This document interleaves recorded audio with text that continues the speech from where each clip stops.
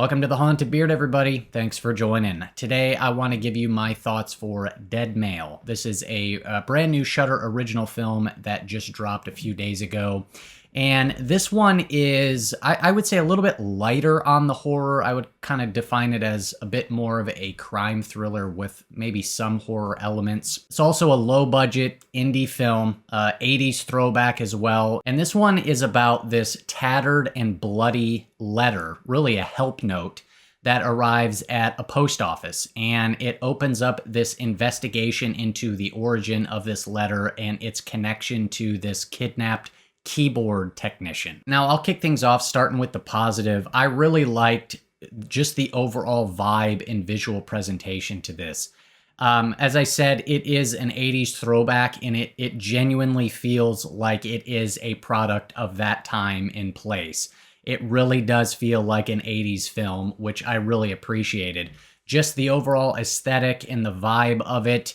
All of the set design, costuming, and just the characters and the people and everything like that really feels real to the time and authentic. I don't know if the film was shot on a digital camera, but it sort of has that sort of film textural quality to it, sort of that fuzzy graininess, which again, just all contributes to that aesthetic. Really was vibing with it. Really liked the musical score as well. Kind of has this sort of electronic, almost synth type score to it. Just feels really kind of fresh and unique and something different that I thought really complemented the film quite well. And the opening 20 minutes really hooked me in. I was really vibing with this thing, really enjoying it. The opening scene of the movie, you see this guy crawling out of this house, and he crawls across the front lawn. He's got a chain attached to him that's connected to something inside the house, and he's trying to get that letter into the post office mailbox. And he gets it right in there right before his captor comes and grabs him, but he gets the letter in there right before. And then we see these two ladies at the post office, and they sort through all the mail that comes in and pull out ones that are either like lost letters or where you can't identify the address or read the address. And then they take them to this guy. His name is Jasper, and he is this investigator employed by the post office to track down where these letters came from. And he's in charge of the lost mail department. And this guy is like a post office detective, and he tracks letters down, and he finds, where it was sent from and where they're supposed to go. And man, I just thought that was such kind of this interesting idea to set up the story. And so, like I said, the opening 20 minutes, man, I was hooked in. I was liking where the story was going. I liked the setup. I liked, again, the visuals and just the vibe of this whole thing. And then the film does something that is like one of my biggest pet peeves, in that it flashes back and gives us all this backstory to fill us in, to let us know how we got to where we are. And man, I feel like this is something that movies still continuously do from time to time. And I feel like it hardly ever pays off, and it ever works for me. I feel like once you start a movie, just start from there and go. Once you give us some information, like I could basically care less of the backstory of how we got to this point. Like, I'll catch up. I'll fill in the background as we move forward. I don't need you to just completely dump all this information that we really don't need and isn't really all that interesting. Now, I can handle a little bit of flashback and a little bit of backstory, but the film spends almost the next hour getting us caught up to where the film starts, which to me is just way, way, way too long. And so much of this movie is spent in a flashback, giving us background information and telling us how we got to this point.